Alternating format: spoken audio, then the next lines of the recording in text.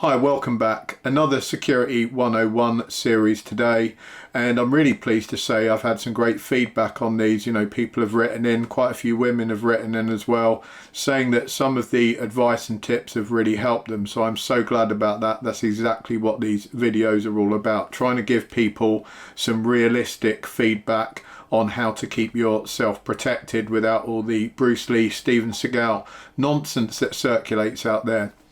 And in this one, I actually got onto this subject because I saw someone in the comments, I can't remember if it was on one of my videos or someone else's, and they said, hey, bullies only travel in groups because, they're weak and they have to kind of form together. And that got me thinking about some of the myths that are perpetuated around violence and how some of those myths actually make us more vulnerable, because these have been cemented into our minds. A lot of these are tropes through stories and films that we've been told since we were young children, and we just take them for granted. We believe them to be true because maybe we've never even thought about the subject too deeply. I've had the ability to stand and watch violence play out on a fairly regular basis, and it kind of shattered some of the myths that I'd been brought up with. I was brought up in the 80s where a lot of these things were perpetuated in films, in action films and stuff like that. Good guy versus bad guy. Good guy always wins, of course. And that really can put you on the back foot when it comes to dealing with someone attacking you. So let's address that first statement. Bullies always travel in groups because they're weak. Now, bullies can travel in groups, sure thing, and they can also travel alone. So there's the first part of the myth broken. I've seen plenty of both. They're not always in groups. When they are in groups, I would suggest it's probably quite likely that they seek out groups because they tend to be quite narcissistic. They want people to witness them being authoritarian. They want people around them to be in awe of their strength and power. So they surround themselves often with maybe weaker people that are more inclined to follow a bullyish type personality around, because most of us wouldn't want to do that. So it might have some air of truth that the people with the bully that are kind of standing in the background catcalling may be a little weaker than an average person because they've actually chosen to be sheep and follow that guy around despite his poor behaviour.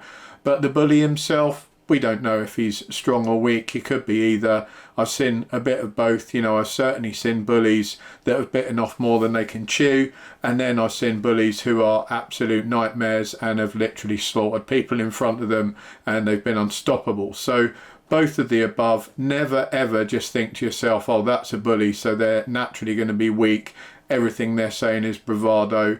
You always have to bear in mind that if a bully does that on a regular basis, he's very used to being in a violent confrontation. So he's used to dealing with his adrenaline. That's what we spoke about in one of the videos before. He's already got a good idea. He's played out in his mind what he's going to do, whereas you probably haven't. If you're just walking down the street, you're probably thinking about what you're going to buy in the shop or what your girlfriend's going to say when you get home late, something like that.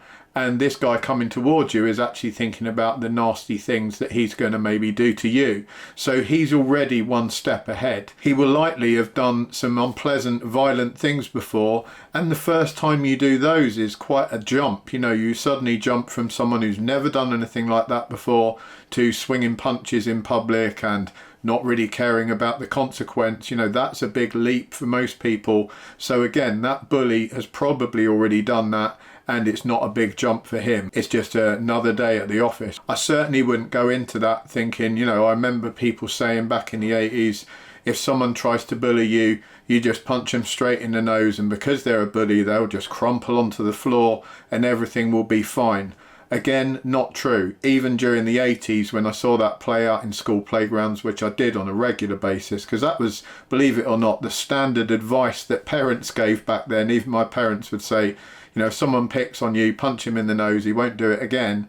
Well, that kind of works if the punch in the nose sticks the bully on the floor and he can't get back up again, but that doesn't always happen. I've also seen bullies get punched on the nose and then not much happens apart from a bit of blood, and then they beat the crap out of the guy that punched them in the nose, and everyone else kind of stands back and thinks, oh, scary. That isn't always a winning strategy. Let's get that understood. And then I guess part of that, which is kind of a really strong trope through all the action films, through all the fairy tales, everything like that, is that good always conquers evil. This is probably the biggest lie of all, and like all huge lies that have been widely consumed and believed, it's because we want to believe it. And this is the same situation. No one wants to think that evil is going to triumph over good.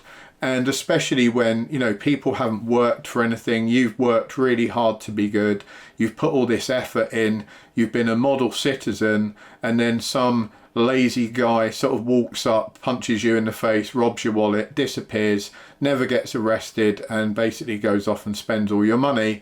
You don't like to think that that could be a winning strategy. Unfortunately, statistics bear out that very few criminals get caught.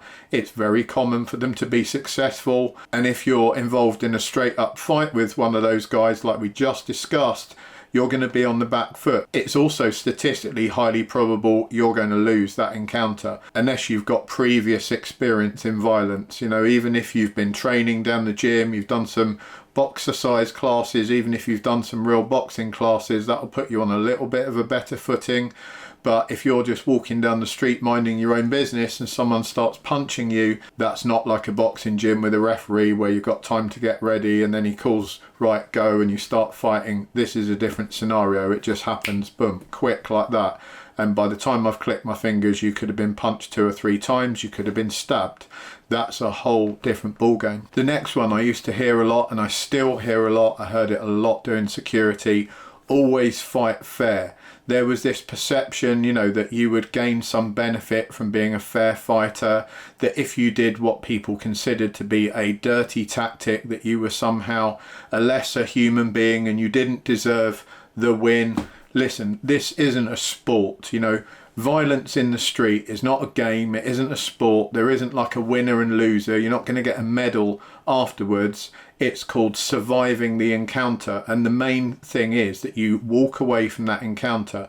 And like in all my other videos I say, you don't have an encounter, you try and avoid it. Watch my other videos about avoidance of all this stuff, but here we're talking about a situation where you've done everything you can to avoid it and you're backed into a corner, you don't have any choice. In that situation, there is no fair fight. You're going to do whatever it takes legally to get away from that encounter. And legally, in an encounter like that, if you're in fear of your life, you can do anything that the general public would consider reasonable. And that leaves quite a few options.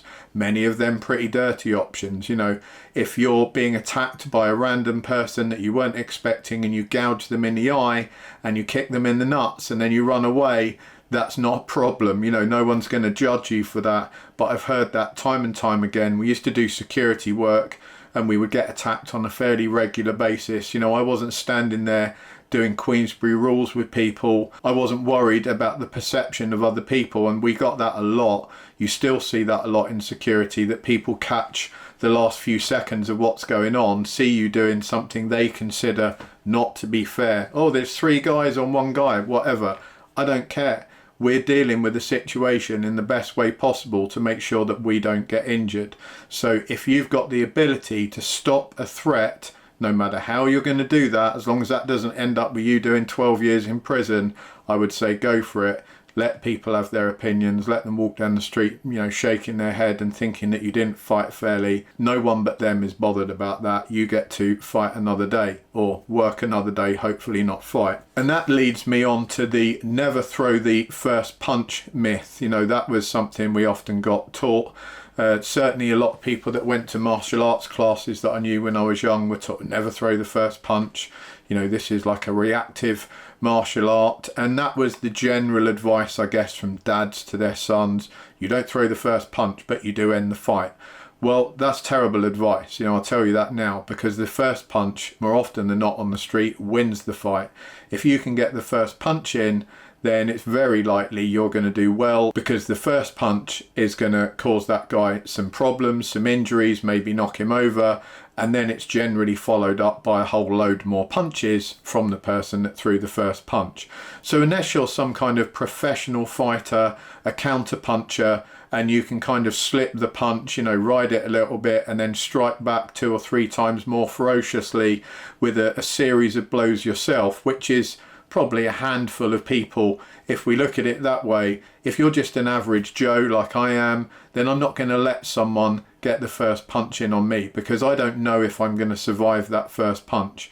How many times have we read in the newspapers that someone's been hit once, they've bashed their head on the floor and they've died?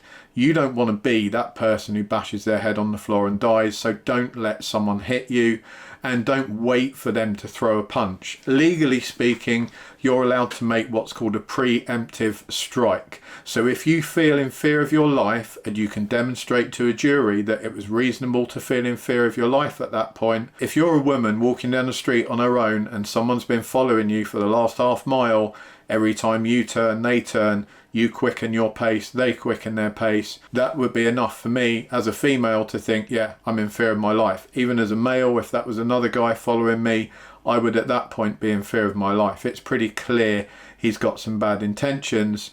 I would then turn round if I can't outrun the guy, which I probably can't because I'm pretty out of shape and I'm 48. I would then turn round and kind of deal with that full on, and if that meant striking the guy first as a preemptive strike, and that's how I had to present it in court, that's exactly what I would do.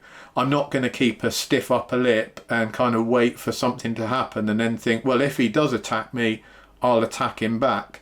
It will be too late at that point. And in all these situations, one only has to look at military history to realise combat is won through dirty tricks, deception, getting the first strikes in. That's how battles are won, and this is no different. These are battles on a small scale. You know, a battle between 2 people is no different to a battle between thousands of people. It's just a scaling situation. The military gave up many years ago standing there and having fair fights. That was a Japanese philosophy, that they would send their best warriors out. It was a honourable thing. You know, they used to be sent out in their beautiful samurai armour. They would stand and wait for their opponent who would come over. They would both have this honourable battle, and it was all about the technicalities of sword play, etc. That's how these things got decided. Then the Mongols invaded, and the Japanese guys sent their best dudes out onto the beachfront and waited patiently for the Mongols to send their best guys from the boats to have an honourable battle with one another. That never happened, because what the Mongols actually did was send thousands of poisoned arrows into the troops of the samurai, and they basically smashed them all to pieces. That changed warfare forever. You know, they suddenly realised that deception worked very well, that playing dirty tricks worked very well, and honour didn't get you very far. The whole ethos of an ambush in the military is all about playing a dirty trick. You're allowing your enemy to walk past, they don't suspect that you're there. You know that if they knew that you were there, they would try and kill you, so they've got bad intentions towards you, so you hide, and as they come past, you basically catch them unawares and you try and exterminate them all. That's a classic military strategy. So we shouldn't look at any conflict differently. You know, just because it's between 2 people in a street situation, there doesn't need to be more honour in the street than there does on a battlefield. In fact, it should be the other way round, because a battlefield is governed by the Hague Convention and all these different things, you know, rules of war, regulation, international law. You're not governed by any of that. You're simply governed by the law of your country, which gives you the right to protect yourself. The next one I used to hear a lot and still do: never hit someone when they're down. That's a classic saying. You know, my mum used to say that if you have a fight and someone falls over, you never hit them when they're down. And that sounds like a very nice thing to do, and it sounds reasonable, because surely if someone falls on the floor in a fight, that's it, the threat is extinguished. That's what happens in all the films, right? In a cowboy film, a guy gets punched in the bar, he falls over, he's unconscious for, you know, half an hour, and then he gets up and has a glass of whiskey and they're all friends again. Not realistic. The real situation is that most people who get knocked down in a fight, they might stay down for a few seconds, even a few minutes, but they tend to get back up again, and they tend to be pretty pissed off, and then they go right back to where they started, which is attacking you. So if you're stupid enough to punch them and then kind of ignore them and think, yeah, they're no longer a threat, you're very likely going to find out they're still a threat, because they're going to have jumped you from behind and punched you back, maybe even worse. And they're not going to stop hurting you when you're on the ground. That's the big difference. That's where the combatant that you're dealing with, he's already got his decisions made. His decision might be he's going to punch you unconscious, kick you in the head 10 times while you're on the floor, and then rob you. Or maybe he's going to kidnap you. You know, all these horrendous things that that person could do. They've already made up their mind they're going to do that. And you're playing out this, you know, some heroic fantasy situation where you wait for the attacker to strike, punch him back, and then he falls over, and then you don't touch him, because that would be such a dishonourable thing to do. Nonsense. You know, if someone's on the floor and you believe that they can still be a threat, then the law allows you to deal with that threat. If you still feel in fear of your life, you have to understand at that point this might be on CCTV. So I'm not suggesting if someone was just laid out snoring unconscious that you go over and kick them in the head 20 times. But certainly if you knock someone onto the floor and they're kind of fumbling around on the floor trying to get back up again, at that point you would either be wise to run away if you believe you can make it away to get to a place of safety, or you exert more violence on that person so it stops the threat. They have to be so injured that they can no longer do you any harm, or they have to be, you know, not conscious so they're not actually able to do you any harm. You can tell these things quite easily. You know, either someone is unable to get up because they're too injured, they're unconscious so they can't get up, or they're clearly signalling with body language and their voice that they don't mean you any more harm. You know, I've seen that happen a lot. I've seen someone attack another guy, it hasn't gone well for them, they've lost, and then they've put their hands up, all right mate, all right, you know, I've had enough, and they're walking off. I'm not suggesting that that should be a time when you chase that person down and punch them in the back of the head. They've clearly had enough, they're walking off. But you would need to keep your wits about you, because if that person is the one that started the fight, they're probably not very pleasant people. That could be a deception. I've seen lots and lots of deceptions occur like that, that someone says, hey, I've had enough, and then as they say that, they put a punch in, or they say, I've had enough, and they act kind of weak, and then they headbutt you. All those things I've seen many iterations of, and that is a classic part of military training again. So when troops are trained how to deal with torture and interrogation, they're classically told you behave a lot weaker than you are. You know, you act like you're really badly injured, that you can hardly talk, you're a bit incoherent, you act like this completely weak person, and then when there's a moment that you think that you could overpower the people that are dealing with you and you could maybe escape, you then do so. So if they're training the military to do that, you should take some of that on board yourself, that people may be doing that to you. You know, if you've hit someone and they're sort of laying down or getting on their knees and pretending to be really badly injured, they're still a threat. So keep an eye on them, watch what they're doing, watch their body language, get some distance between yourselves. And the last one I would mention is probably quite a British one, and it's about politeness. And this is probably one of the inroads that most criminals and bullies use against people, that we've probably all experienced this to some degree or another. Most of us have walked through a town and we've had someone who isn't very pleasant come up to us and ask us, hey, what's the time? Or, hey, give me a cigarette. Can I have £1 for my parking meter? Whatever it is. Oh, my phone isn't working. I need to make a call. Can I use your phone? And you get an uneasy feeling about that person. There's just something about their body language, something about them that doesn't sit right with you. Listen to that feeling and never feel bad. You know, if people do that to me, I'm straight up, mate, get the fuck away from me, leave me alone, I'm not interested in any of your bullshit. I don't have any requirement to be nice to those people. If I get that gut feeling, I would rather turn a bunch of nasty people away from me, and maybe occasionally I get it wrong and say 1 out of 10 of those people are decent people. I've slightly hurt their feelings for the day. Because if I play the other game, which is to be polite, which is what most people do, and say, yeah, sure, I'll do this or I'll do that, you're then playing into their game, right? And that game normally goes like, they've now assessed that you're someone that can be slightly manipulated. So the stakes get higher, you know, it's give me a cigarette, now it might be give me the whole packet. Now it might be give me your wallet. Now it could be give me your watch. Now they could be actually physically attacking you because you've given them that opening. If you cut that off straight away, you know, they've got that play in their head. They've already invented how they think the game's going to go. You have to break that role play that they've already worked out in their head. So when they say, hey, can I have a cigarette? I'm like, no, you're not having any of my cigarettes. Or no, I haven't got any cigarettes and I'm not interested in talking to you. Walk away.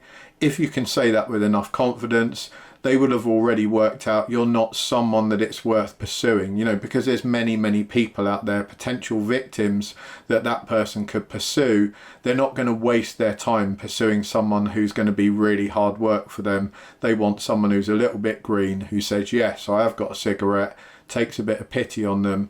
And this is a tough one, right? Because you might feel like, oh, some people need a helping hand. There's lots and lots of ways to give people a helping hand. You can generally, in life, find people that you come across all the time that need a bit of help. The difference is that they're not coming up to you and like aggressively asking for it. So give the help when it's least expected. You know, if you see someone counting through their coppers at a shop and they're struggling to pay for their goods and they're clearly not in the best economic state, go up and pay for it. You know, chuck a 20 quid down and walk away. That's the kind of good thing you can do. If you want to feel good about yourself, there's many ways you can do that. For God's sake, do not donate to massive charities because they just fund their own pockets. You know, give to people that actually need it. You can see them all over the place. It isn't difficult. If there's someone, you know, sit around on the floor homeless, they're not causing any trouble, they're not begging off people, they're not harassing people, and they're clearly in a bit of a state, go and bung them a few quid. Don't wait for someone to aggressively harangue you and then think, oh, I better be polite. Oh, maybe they need some money. Of course they need some money. They want some of your money because it's probably a business to them, right? A lot of the beggars are actually business people that all form together in the morning like they do in Brighton. They come from all over the place. They go to Brighton, meet up in the morning, and then they parade around aggressively taking money off tourists normally. And when the tourists say, no, I can't give you any more money, they get pretty nasty about it. So just be aware, you don't have to be polite to anyone, and it doesn't always pay to be polite. Let me know in the comments if you've witnessed any of these things or any myths that you've heard that have put you in a bad state, or someone that you've seen has kind of played out one of these myths and it's put them in a bad situation. I'll be fascinated to hear about it. I love hearing about everyone's experiences. I try and get through all the comments when I can. Please like and subscribe. It really helps the channel. I appreciate everyone that does so. Take care. I'll catch you all next time.